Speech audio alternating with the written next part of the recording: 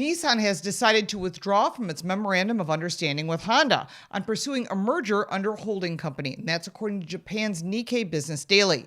Nissan will call off the merger talks with rival Honda, the Nikkei newspaper said. That would abandon a tie-up with what would have created the world's third largest automaker.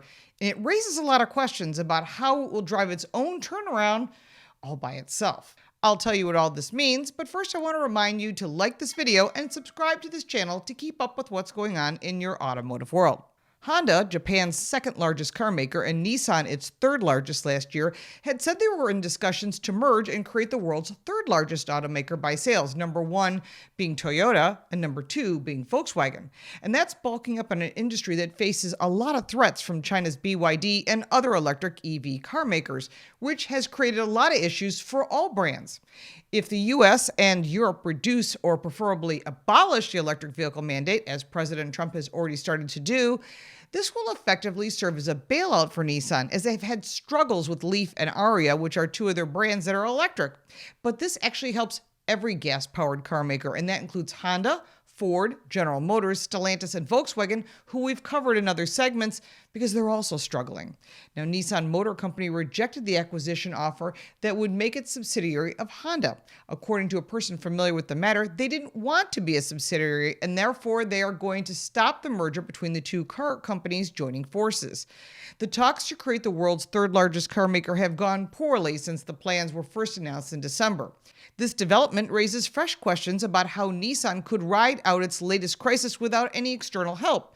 Now, Nissan is in the middle of a turnaround plan, and they're aiming to cut 9,000 employees and 20% of its global capacity, and they've already reduced some of their production down to 2 shifts rather than 3. Honda, with a market value nearly 5 times bigger than Nissan, was increasingly worried about its smaller rival's progress in the turnaround plan, per insiders. The merger talks have coincided with the threat of potential tariffs from U.S. President Donald Trump. This has not been settled. We have a 30-day stop right now, but that's because the tariffs against Mexico will be more painful for Nissan than it would be for Honda or Toyota, and that's according to analysts, because Honda and Toyota build a lot of their product here in the U.S., and they won't be facing any of these tariffs from Canada or from Mexico. Honda and Toyota will not have to deal with the tariffs like Nissan would because they're not producing product in Canada or in Mexico.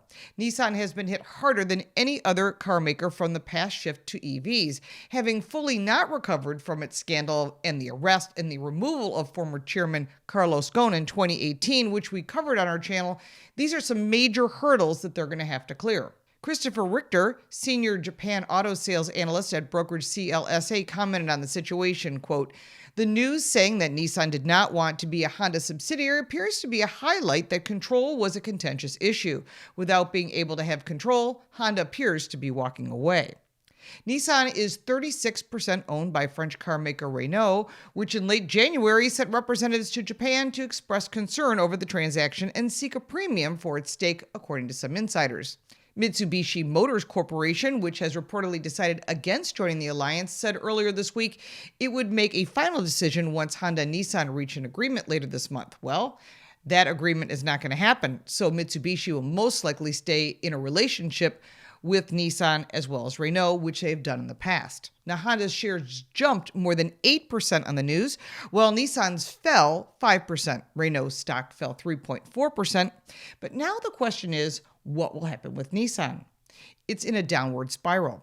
And there are hungry investors like Foxconn, who builds the Apple iPhone.